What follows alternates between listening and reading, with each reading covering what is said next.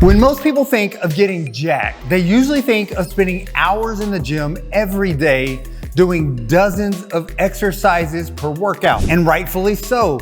This is in fact exactly what many amateur and professional bodybuilders appear to do. However, what if instead of doing dozens of different exercises every week, you had to choose only 4 to do over the next couple of years? Would it even be possible to build an impressive physique? Well, not to spoil it for you, but based on the title of the video, you should already know that the answer to this question is absolutely. Without further ado, these are the only 4 exercises you need to get jacked. The first exercise on this list is, as you probably expect, the squat. Now, there are obviously many different ways to do squats, all of which can be incredibly effective if performed correctly. Now, for the sake of simplicity though, we're going to focus on just the barbell squat. For starters, if we're talking about exercises that will help you become jacked, with jacked meaning not only looking big and strong, but actually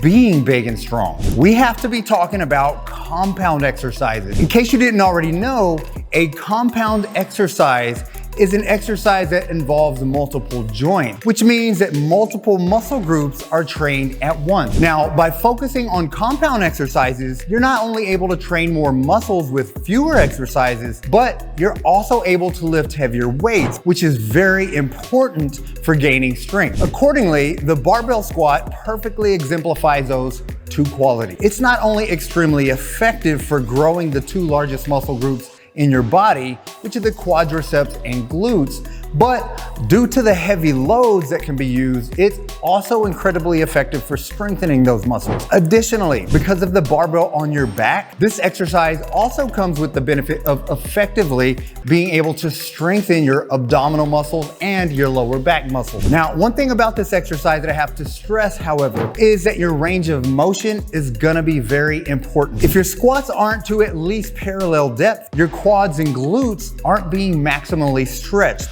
And as a result, these muscles are not able to fully benefit from the stretch-mediated hypertrophy, meaning you'll be missing out on some muscle growth benefits of this exercise. Now, the second exercise you'll want to include for getting jacked is the deadlift. This is an exercise that most people will either absolutely love or completely despise. Regardless of your thoughts on it, there's no denying the fact that if you were only given the choice of a single exercise to do for the rest of your life, the deadlift would most definitely be your best option. Technically speaking, both the deadlift and the squat are almost identical movements, with the only real difference being the position of the resistance or the barbell. However, this is actually a very substantial difference as it directly impacts the leverages of your muscles. As a result, while the squat heavily works the quads and glutes the most, the deadlift best trains the hamstrings and the glutes while also hammering the lower back. Furthermore, because the weight is held in your hands instead of resting on your back, your arms, shoulders, and upper back muscles can actually become quite involved in a deadlift. And although it probably goes without saying, the deadlift is generally considered a strength exercise. This is because although it works many muscles,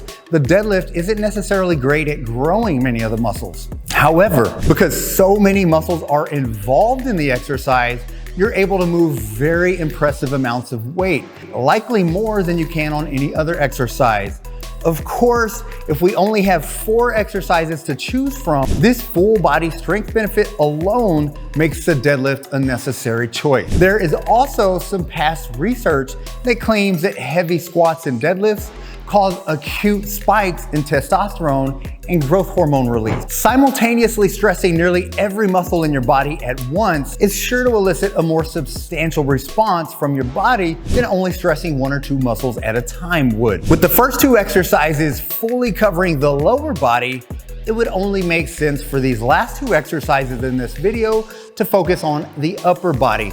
Now, it goes without saying that having a strong back is essential for avoiding preventable injuries and chronic pain, especially lower back pain. For this reason alone, this list must include a back exercise, which is why exercise number 3 is the dumbbell row. Now, for the most part, you could choose just about any type of row you want to replace a dumbbell row with. However, I'd recommend avoiding any exercises that stress your lower back, such as bent over barbell rows or T-bar rows, as we want to avoid overtraining your lower back since the heavy deadlifts and squats on this list will already be doing that. Therefore, I'd suggest sticking to rows in which your chest is supported, whether by a pad like on a machine or your arm like on a dumbbell row.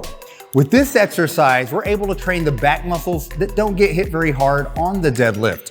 More importantly, we're able to sufficiently train the lats, which are the widest muscles in the body and are incredibly important for overall width and appearance of your back. Rows can also be great at training your rear delts, which are incredibly important to train if you wish to keep a good posture and avoid that dreaded rounded shoulders appearance. Better yet, rows are also a great exercise to lift heavy on, meaning that you can easily keep progressively overloading to ensure that you're consistently making progress. And last, but certainly not least, exercise number 4 is the incline bench press. Of course, if we already have an upper body pulling movement, we also need an upper body pushing movement. The incline bench press is the perfect option because it heavily targets the chest, front delts, and triceps to some degree, but it's also an easy exercise to progressively overload on. Now, I know what you're thinking, why an incline bench press instead of a flat bench press? Well, quite frankly, both are interchangeable in this case, and either one would work. The reason why I chose the incline press, however,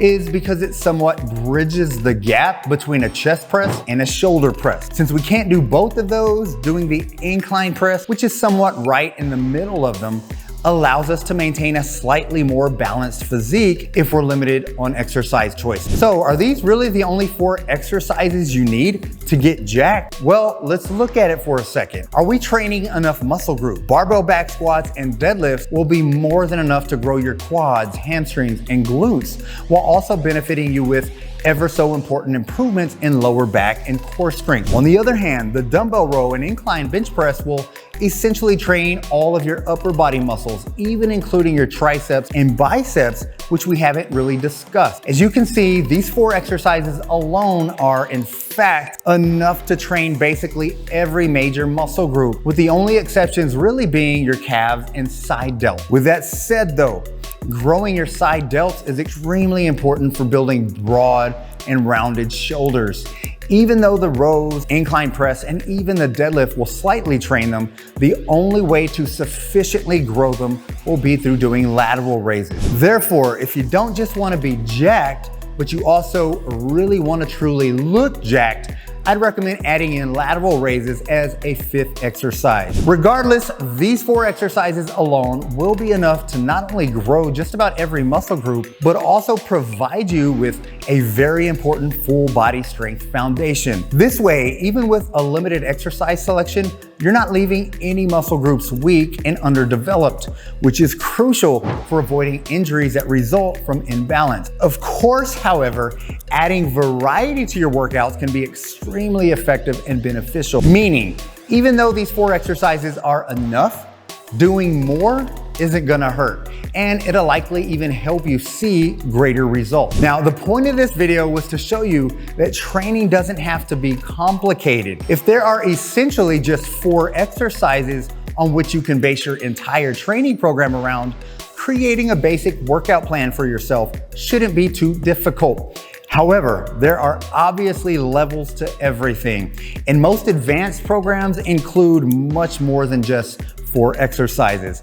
If you want help learning how to design a highly effective training program for yourself, including one centered around just 4 exercises, well, I offer several different workout programs for all fitness levels. I also have a phenomenal online coaching program that allows me to work closely with you to determine the best workout for your goals. So if you're interested in learning more about those, then make sure you check out the links in the description box below. And with that said, thank you so much for watching this video. And as always, get busy, get after it, and God bless.